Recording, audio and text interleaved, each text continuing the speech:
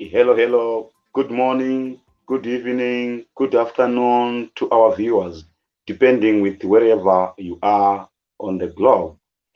We are meeting again on an interesting program, Hot Eyes Show. Today we are discussing the debate between evolution and creationism in the Zimbabwean education system. To be helped to delve deeper into our topic today, we have a teacher by profession, a teacher of STEM, a teacher of physics, with the name Mxolisi Blessed Masuku. And interestingly, I'm good at guessing. Masuku, today is your birthday. Am I right? Yeah, it is. It is actually. And you never told It's me not, anyway. So can I sing you a happy it's birthday not song? exactly a day I celebrate. Huh? Or it's not the day you celebrate. Yeah, there's nothing very special about it. It's just another step in evolution Oh where no you no no came no from no no being. no. All right, but I have to sing a birthday for you. Yeah, happy birthday to Ah, you. ah. Happy birthday to you. How old are you now? How old are you now? Masuku. Thank you. Thank you. Uh, this, You didn't expect it. no, I did not. I did not. Thank you so much. Eh? All right, Uh, that's lovely. All right, tell us a bit about yourself. Who is Masuku in relation to your profession as a teacher before we go further so that people they will be knowing who is talking? The best way you want uh, to be known, introduce yourself. well, what happens now is the name most people are familiar with is how. That's actually the name most people use, and um, my relationship with the teaching profession is a bit unique in a way because I hated teachers from where I started. I hated teachers. They represented everything that I wanted to destroy in the system. So is when I left school, I was trapped in a situation, like most Zimbabweans, where you don't really have much to do, and then you realize you need to find something to do. You gotta find something to do. And at the time, it was either varsity or teaching. So I became a temporary teacher at the time, and I loved the job. And then after that, I just decided, you know what, I'm gonna be a teacher. And the question was now about what should I teach. So the option was between sociology and history. I'm also a major in those two, or I take on the sciences. And at the time, I now understood that as far as I'm concerned, we cannot explain the universe meaningfully in terms of God or a creator or something like that. The only way we can explain the universe is in terms of the same way that we can explain our lives, random, unplanned changes that may, for some cases, be good, and in some cases, they can be bad, insofar as we can perceive them. So after that, I got very fascinated with pretty much the origins of the universe, the origins of life, and so forth. And that took me down another path altogether. So what I do now when I teach, I remember we were together when I made that presentation for World Philosophy Day on why we should teach atheism, and yeah. So I still hold those beliefs very dearly, that as far as we want black people or people in general to understand this universe, to understand the world, we need to get rid of the God idea and the God hypothesis. We need to give them the necessary instruments to question anything and everything the way they want to, and be able to use that information in a meaningful way. So that's how I got to be a science teacher. But now I don't know. I don't enjoy it as much. I think I enjoy teaching computer science now and teaching kids how to make cool stuff on the internet and using software. So there's that direction of things. But I think so far that's all that people need to know insofar as this show is concerned.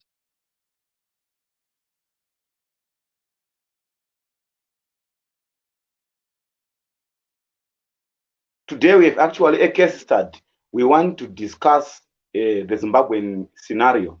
As a science teacher, you have actually seen how evolution is being taught in our schools in Zimbabwe. You have seen how creationism is being taught in our schools in Zimbabwe. Both were a product of the Zimbabwean education, and we have seen how the transformation of education curriculum, which was attempted in 2015 by the then minister Lazarus Bokora, which actually tried to be more objective than the one which was before. We saw how the parents challenged the new curriculum. So we want to discuss how best can creationism and evolution be taught. These two in the education system of Zimbabwe, are they compatible? Are they opposite? No, they are not. Or they should be taught separately? Because on average, normally I talk to teachers like yourself about, especially about evolution. They would actually tell me that evolution is just a theory. And when they say it's just a theory, they mean that it's just an explanation which doesn't make much sense, which means that is the majority of teachers in Zimbabwe. I think you would agree with me. We don't have well-defined statistics, but randomly talking to a teacher, even a science teacher, to my surprise, some science teachers like yourself, they actually think that it's just a theory.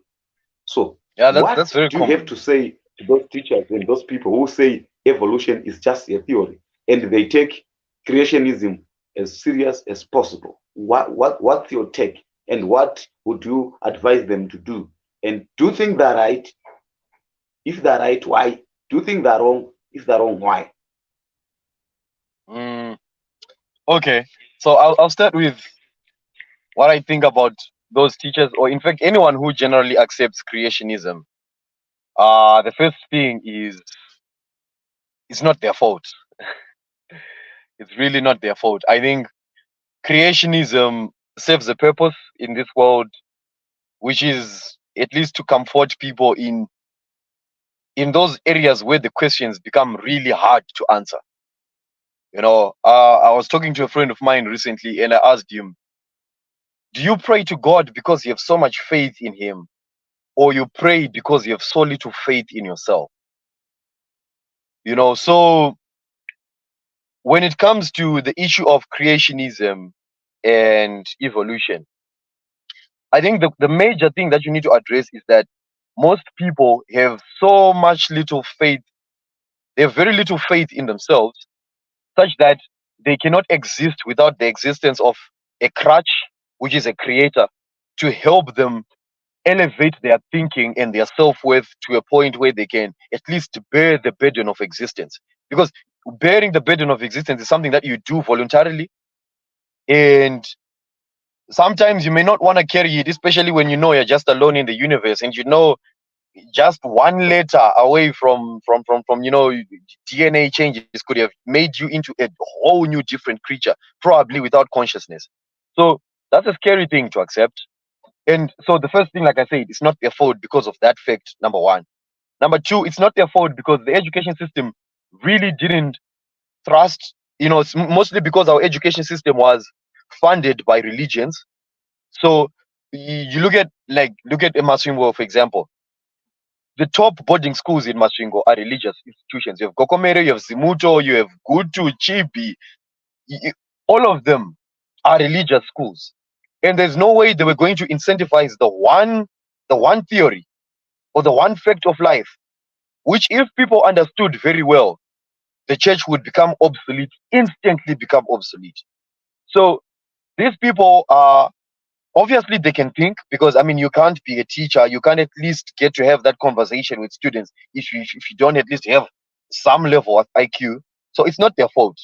They were just raised by a system that put them in a cage. So what I would like to them to what I would want to say to them, is read.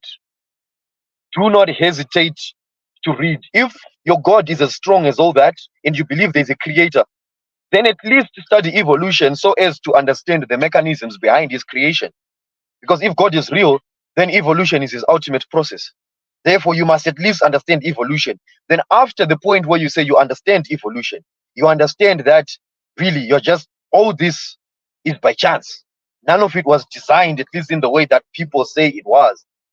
Then, if you understand that, if you still have your faith, if you still want to believe in God, it's still okay. Then, no hard feelings. That's the challenge I give them. In other words, you said faith, creationism, and evolution, for those people who are believers, it can be compatible. They can study it as the process of their God so that they understand the creation of God. No, But I did not say unfortunately, that. you hear even teachers, and students, they say evolution says we came from baboons, we came from monkeys, and they ask, why do we still have monks?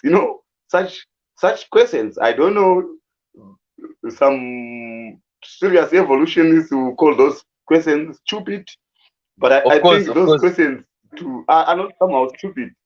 Let us help them address, why do we still have baboons if we came from baboons? Is there a better explanation than the explanation probably which was given by history teachers?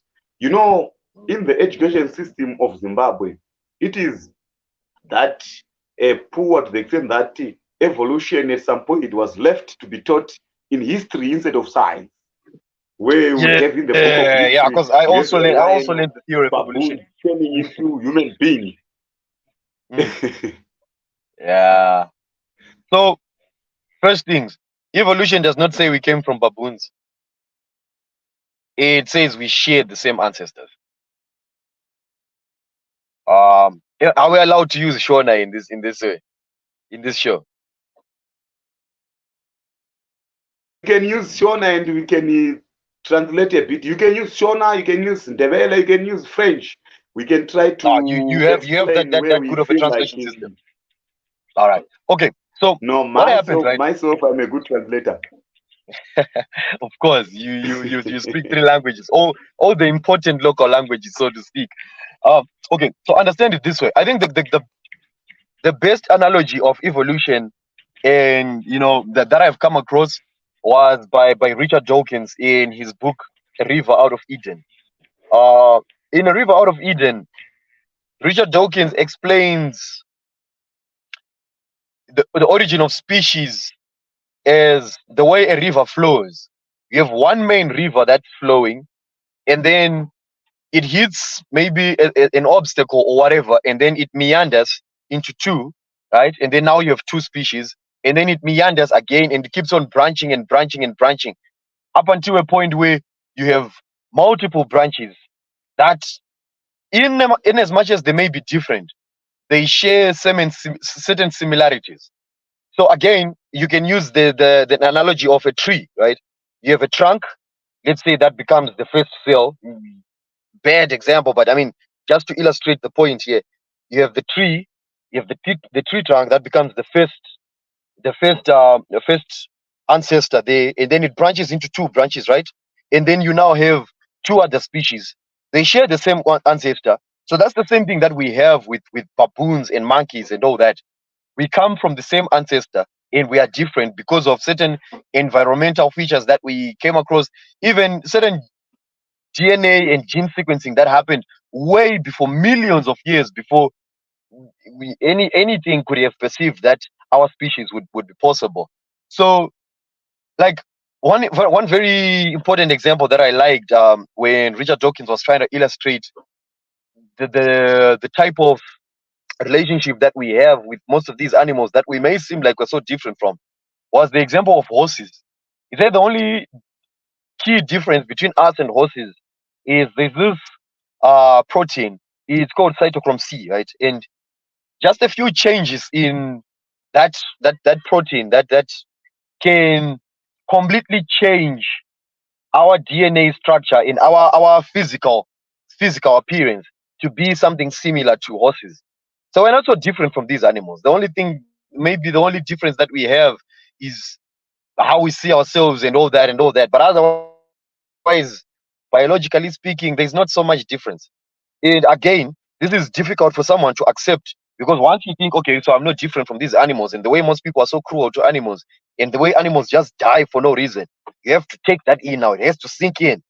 And once it does, and then you realize life is meaningless, it makes so much more sense to run away from evolution than it is to fully accept it, even though you have all the facts in front of you. Wow. What you just said, it reminds me of an author called Lynn White Townsend, who blamed Mm, religion for the ecological crisis we have today, because they say religion treats human beings as more important than any other creature on the earth.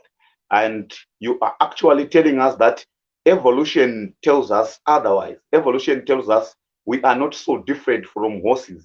We are not so different from bonobos. We are not so different from orangutans, chimpanzees, other apes, even mice and whatever. So, in other words, mm. there is something common between us. Personally, I'm not Yep. much into science. I'm into philosophy. But when I read science, I hear that almost every creature on this earth or beyond, it has hydrogen in it. I don't know how true it is. You can confirm it if it is true. So that alone, I It think it does. makes sense on your analogy of Richard Dawkins saying the river is branching, but there is something in common in that Mm. water. So I think you find there is Yes. hydrogen and helium on the sun. You find the same in the stars. You find the same in human beings. You find the same in trees. You find the same probably in rocks. You find the same probably in animals. So in other words, creationism is also responsible for the ecological crisis. Recently, people have been in Dubai at COP 28, where they are discussing how can we take care of the environment, how can we we reduce the effects of climate change. So I think, in other words, we are trying to say if us as Zimbabwe we try to embrace evolution and try to be less on creationism, we'll be doing justice to the environment. Are you saying so? No, it's a bit of a stretch for the way you connected those ideas, but the relationship between science and, evolution and climate change, right, uh, could also come up with very reckless implications, right? Because if you say, if people learn about evolution and they learn about science, then they're automatically going to be climate change conscious. No, that's a very spurious correlation, and it doesn't make any logical sense, because there are people like me who very much understand that we need to be conscious about the way we treat the environment. I understand evolution very well, but I will not resist it if you give me a V12 engine and tell me to just cruise through it in the country. I really wouldn't care.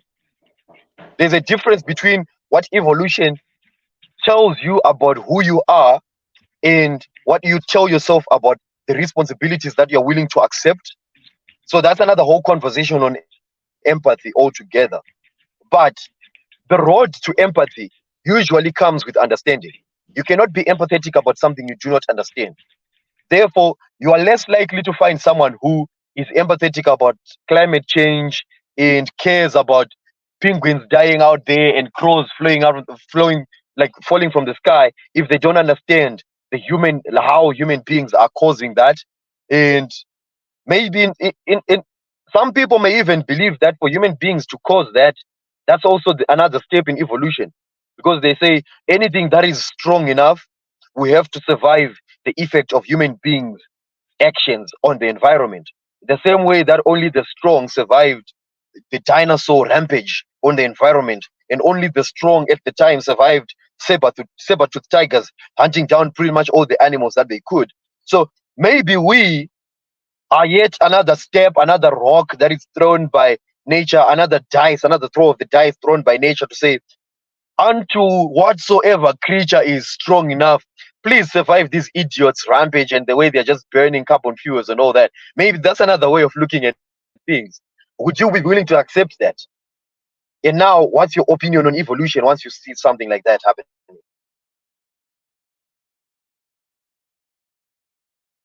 All right. Anyway, so you seem to say yes. You said the road to empathy needs also understanding. Anyway, but we want to come down to our case, Zimbabwe. How we've been the two being taught, because I know sometimes evolution and creationism, they are used hand in hand. For example, scientists, they will borrow some concepts from the creationists. For example, you people who are into the field of science, you talk of the Eve gene. That concept is from creationists. And The what? probably I think maybe you are using creationism language to You said explain the what? science.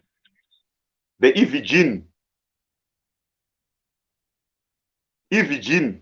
Eve, the wife of Adam.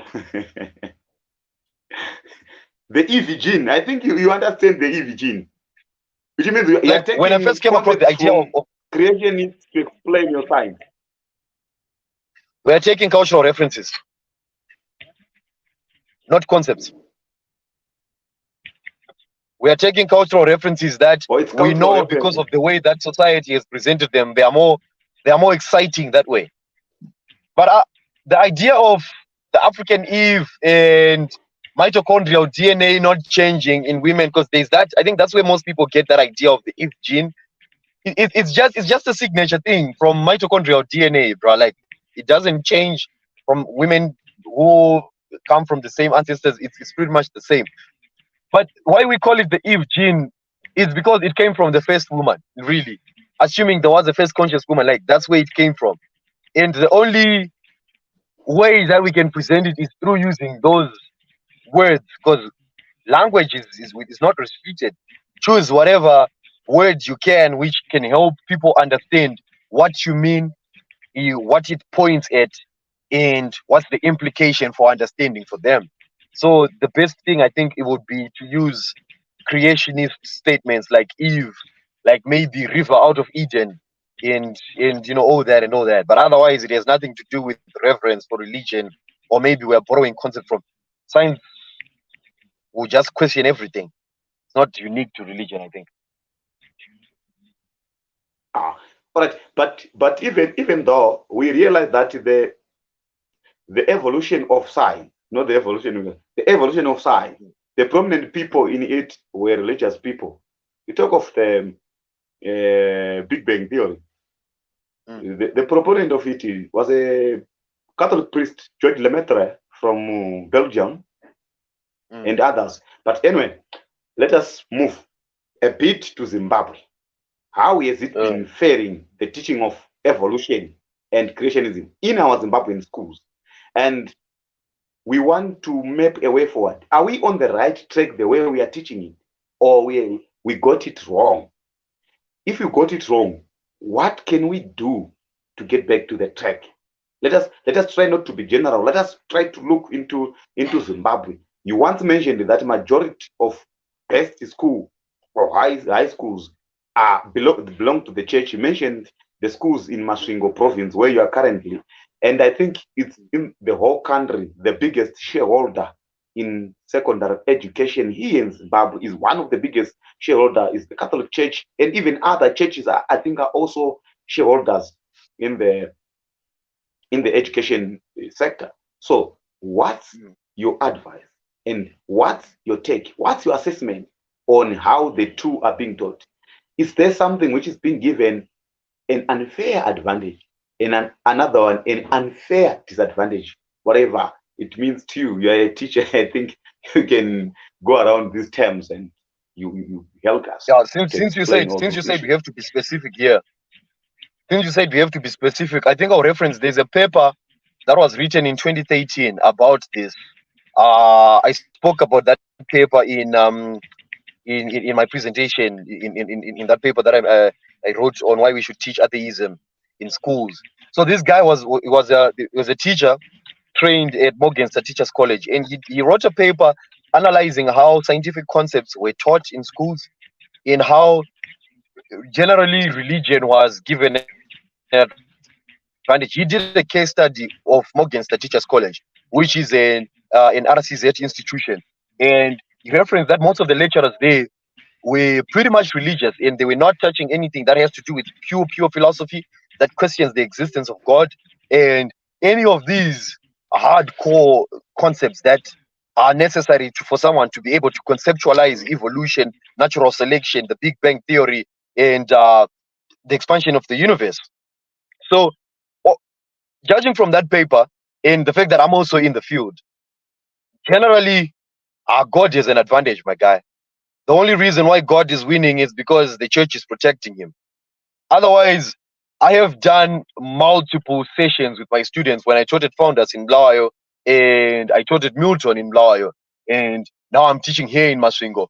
And I have moments where I'm having discussions with my students and I start asking them about, like, where do you think we came from? They say, oh, God made us. And I'm like, where did God come from? They say, oh, we're not supposed to ask that. I'm like, why? Why? You have the courage to ask where the money came from when someone gives you money and you don't trust where the money is coming from. But you don't have the courage to ask where your whole being came from. What kind of stupidity is that? And it's like, yeah, but you have a point. I'm like, now we're talking. You see? So in general, kids' minds, they want to question these things. Like they are very much fascinated in these things. And most of them really they have a beef with God because the idea of God is not synonymous with the state of their existence. It's not synonymous with what they see on the TV about themselves, about other people. So they generally want to question, they openly want to challenge the institutions that protect God, but they can't do that. Why? Because the platform for those questions is not being provided. That's the only simple reason. But when you have teachers like me who come in and say, yo, guys, we're not praying in church. We're not praying in class. Say, we want to have a closing prayer. I'm like, no, we're not praying. Go home. You see, when you have that where people understand that no, this praying, all of these things that are being done to reinforce the idea of God are not really necessary. You can live without them. I think once you realize that religion will just slowly die out, the same way that a child in development will slowly realize that they have to stop crawling and now they have to walk. And when they walk, they realize that they can run. And God knows if they're Elon Musk, they can figure out that they can fly to Mars. So we can't have that in religion, unfortunately.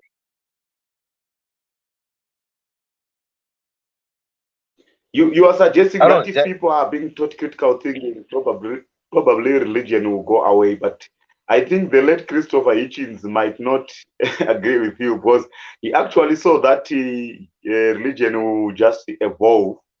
It's unfortunately it's a pity. So I think what you're suggesting that people in primary schools and secondary school they should be taught critical thinking. They should be taught to challenge already established formulas, already established ways of doing things. In other words, we are supposed to nurture a scientific mind. And how are we going to do that in a situation like of ours in Zimbabwe, where we have majority So of our teachers, majority of our parents, majority of our students being belonging to a particular religion, majority being Christians, and we have also a good number of Muslims, Jews, and other religions.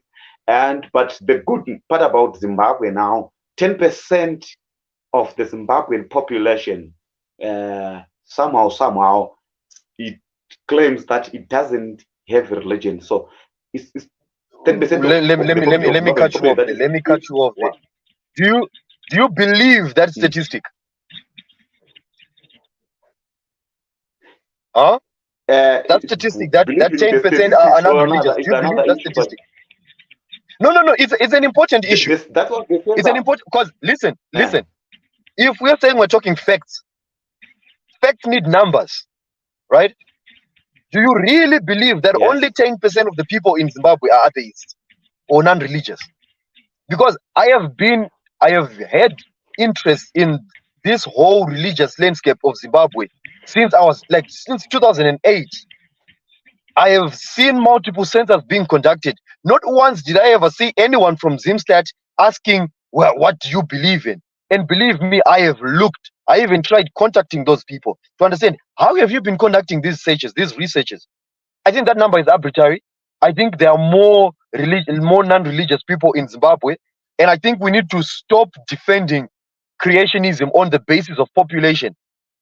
I think that's just false, because there are also teachers out there who are creationists who believe in God. But trust me, they are teaching evolution with much justice.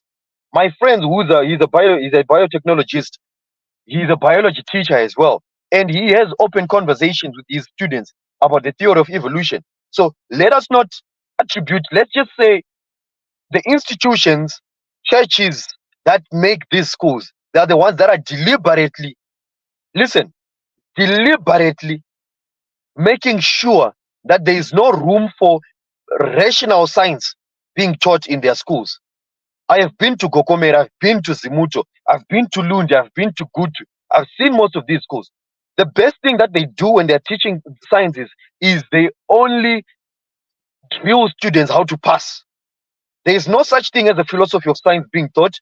That's why people only say, oh, evolution is just a theory. Because if they understood the philosophy of science, then they would not just say, they wouldn't say evolution is just a theory. So this has nothing to do with numbers. This is a strategic move by institutions, by bishops, by churches that are very much interested in protecting the church. That's all. Let's not put it on the people. The people themselves, if these people also grew from the children that we are seeing now, they have questions. And believe me, every day that they live and they don't ask those questions, they don't get answers, they sink into a deeper and deeper depression of meaninglessness. It has nothing to do with numbers, man. Just wanna just wanna put it there. All right. Thank you very much for that. But that is what the census said. Unfortunately, I am tempted to agree with you because recently I have been studying my master's in philosophy at the Great Zimbabwe University. When I Mm, was applying for the place to start there, there was on the form there was a section for religion. I wrote non-religious. Then I submitted the forms. When my portal was created, I was surprised on that section of religion it was written Christianity. So, in other words, the person who entered information actually thought that I failed to understand that section. Instead of writing non-religious, the person write Christianity, and it is still there on imagine. my portal up to this day. So, I would actually agree with you that probably people are not even asking whether you are religious or none, whether you are traditionalist or what. Probably those statistics are being guessed. So I think it is the role of probably the Ministry of Primary Secondary Education, the Ministry of interested teachers like yourself, and interested Mm, individuals like myself, and probably the work also of all humanists in Zimbabwe, of which we are key people in the humanist movement in Zimbabwe. So I think we are supposed to come up with a resolution, and we are not supposed to end this discussion on this TV. We should actually take action. We should actually, because you literally told me that the God concept is winning because it is being defended. The God yeah. concept it is winning because people are intentionally twisting the the goals for education. They make sure that they disadvantage one concept and make a big advantage for another concept, of which that shouldn't be done in public schools, that shouldn't be done in schools which are being funded by taxpayers money. If they do it in their schools where they pay their own teachers, it's fine. But all the religious institutions, all the religious schools you have been mentioning, their teachers are being paid by the government, and the government gets money from taxpayers' money. So, in other words, this is this is Masuku, a humanist. who is being forced to fund the learning of creationism. Your man is being used to teach what is unscientific when you advocate for science. So, what are the other measures besides this I just proposed? What the other measures do you think can help us to give knowledge? Because I think the role of education should be giving knowledge about creationism, giving knowledge about evolution, so that when a student is choosing, will choose from an informed position. Because now students are choosing whether to be pro evolution or to be pro creationism from an uninformed position. Because over the weekend, they're bombarded with creationism at the church. Even in the house, they're bombarded with creationism. At the school, they're bombarded with. Then, if very few students who are doing science, who are somehow inquisitive, they will come to say, no, let me try to take this path. Then also some of the people like myself, I didn't do sciences when I was in school. And You this is should not my have. problem, because I'm a You rural asked for boy. a solution. So That's the first solution right there. Teach the sciences to everyone. Pure sciences. Teach them to everyone. No one is dumb enough to not learn science. At Form 1, students should learn physics, chemistry, biology. Right there. Start there. Teach them the foundational concept. Introduction to physics, the Big Bang Theory. They should learn that. They should learn nucleosynthesis. They should learn how we come from having one hydrogen atom to having helium to having xenon to having argon and all these other elements. They should learn that. When you have that happening in physics, at the same time in biology, you have students learning biodiversity, theory of evolution, natural selection. Those should be the introduction concepts to science. And then in chemistry, there you should be teaching them how the atom is formed. Teach them about subatomic particles. Teach them about Hess law, about how energy is like the principle of conservation of energy. And then when you move from there, you go on in physics. There you start teaching them about gravity, quantum gravity. Now you see, fascinating stuff. Then after that, you move on to teaching them about computer science. Teach them how algorithms are formed. Let them understand how information is translated so that they can later on understand that all this that is happening, the way that you grow in your genes, it's all information that is already coded within your genes. And that information can be decoded, can be understood, can be read. So once you understand all these things, trust me, God, there won't be any room for God, because once people understand that there's a God, or at least once someone chooses to accept that there's a God and they understand the theory of evolution, they will say, where did God evolve from? Did he just start off as a perfect species? If it's true, then why do we have evolution happening this way? So once you start questioning where God evolved from, then you ask yourself, okay, so if God evolved from something else, then he's probably not God. Let's look for something else beyond that. Beyond good and evil, beyond the idea of God. So philosophy of science, the only way, that's my belief right here. Correct me if I'm wrong, and I'm working to prove it. I'm going to school and I'm studying to prove this. The only way that Zimbabwe will actually start harnessing the true creativity of its people is if we teach philosophy of science at the foundational stage. When people are done with grade 7, Form 1 should just be an introduction to philosophical thought. Don't teach them anything practical. Teach them how to wonder. You see, teach them how to wonder. Teach them about the Hubble telescope. Teach them about the speed of light. I'm like, what? Let them scream when they imagine how big the universe is. Let them scream when they realize how complex the brain is, how amazing all these things. So, bruh, I don't know. We've been sleeping, man. We've been all sleeping. right, We need philosophy. in the in the past 5 years, I've been trying to promote philosophy here in Zimbabwe, and Of course, recently we just respect held you on our that one. fifth edition. We recently held our fifth edition on the 16th of November, where you were present also, and you presented a paper which I can't take away the temptation to say you literally did well at that conference, and even those who were attending you had someone just raise their hand to say you literally know your stuff. So I think Of as course. Zimbabweans we have to push to Yeah, introduce yeah, yeah. philosophy in schools, starting in Form 1. I'm sure some humanistic organizations will actually take this up. Humanist International and that, what is that, secular, what in South Africa and in other areas. We are inviting you to come to help us here in Zimbabwe. Here we have us, two of us here. We are so passionate about delivering knowledge to this generation so that the next generation won't struggle with what we are struggling with now.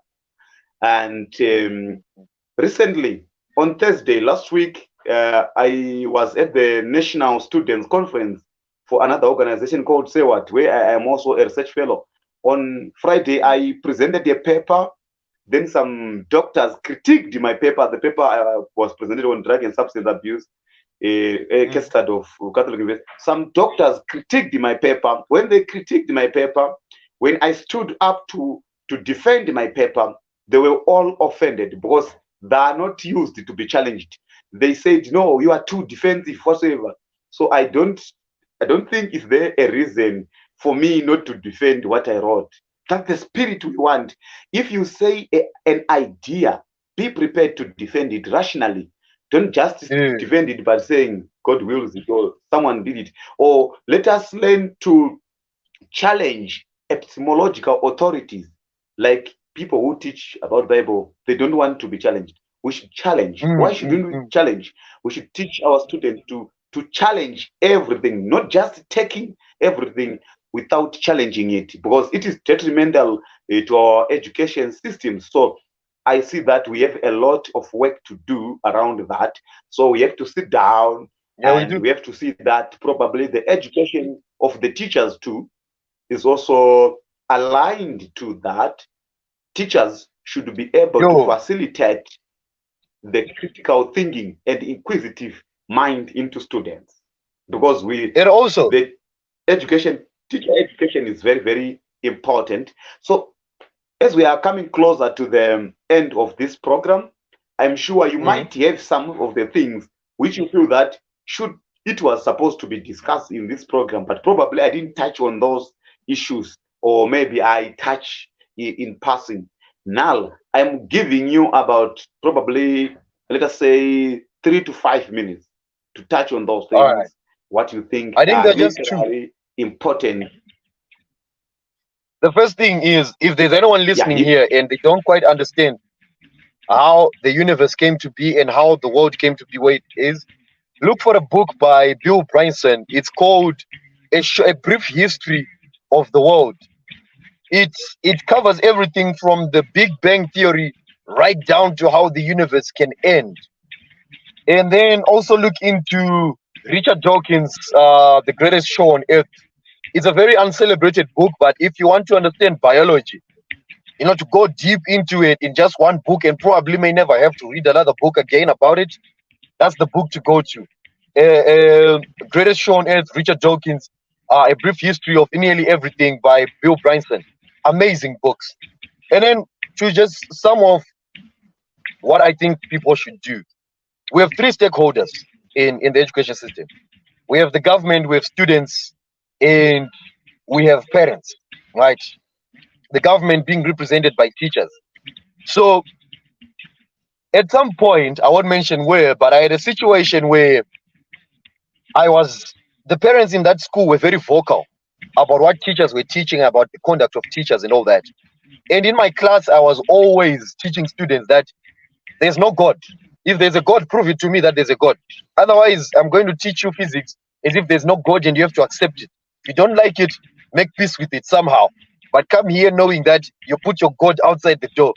So one of the kids reported this to their parents. And like, yeah, our teacher is probably a Satanist. He says there's no God and all that. So I decided to counter that. And I went to the headmaster and I told him, yo, you realize that I'm a science teacher, right? In being a science teacher, I have to openly question everything.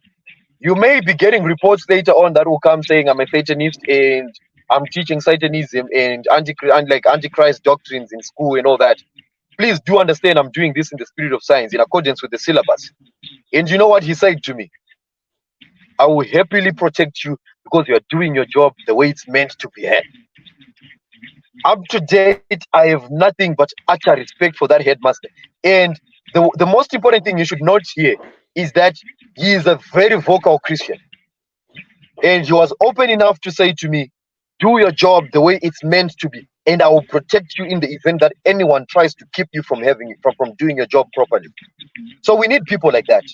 We need to have people who understand that when people get into school, right, it's like getting into the gym.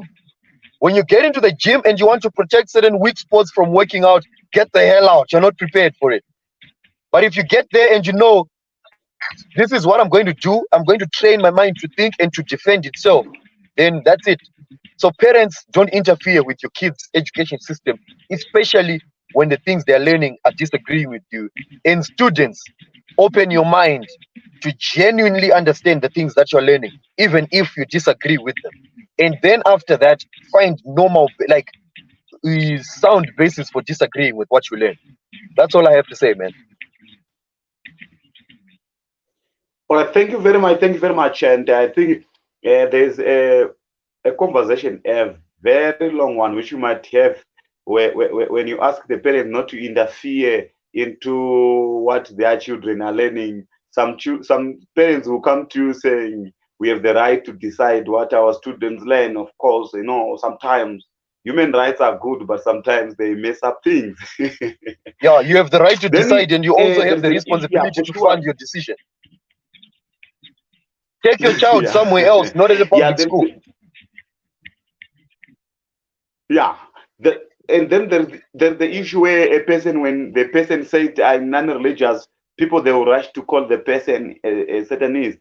Unfortunately, they should actually know that Satanism is a religion. If a person says I'm non-religious, he's saying Satanism belongs in the same bracket with Christianity, With Judaism, Christianity, Taoism, and other yeah. religions. So, in other words, you are forcing a person to be religious when a person is telling you that I am non-religious. And Yo, thank but you very much for taking part in this program, What Eyes Show. And I hope to engage you in future programs too. And I hope you will be following us as we go. You contribute, and I of hope you course, share in your spaces, you share in your networks. And I'm sure if people they want us to continue these conversations in lecture halls, in what halls, in different schools, I think we'll be prepared to go and meet them. If they think that bruh, meeting I'm us ready for online is war. not a good thing, we can go and I meet was them born physically. ready for this debate. Let them come. Let them come. Thank you for having me, brother. All right, thank you. Thank you very much. Thank you, All thank right, you, thank you, thank you, thank you. All right. so good.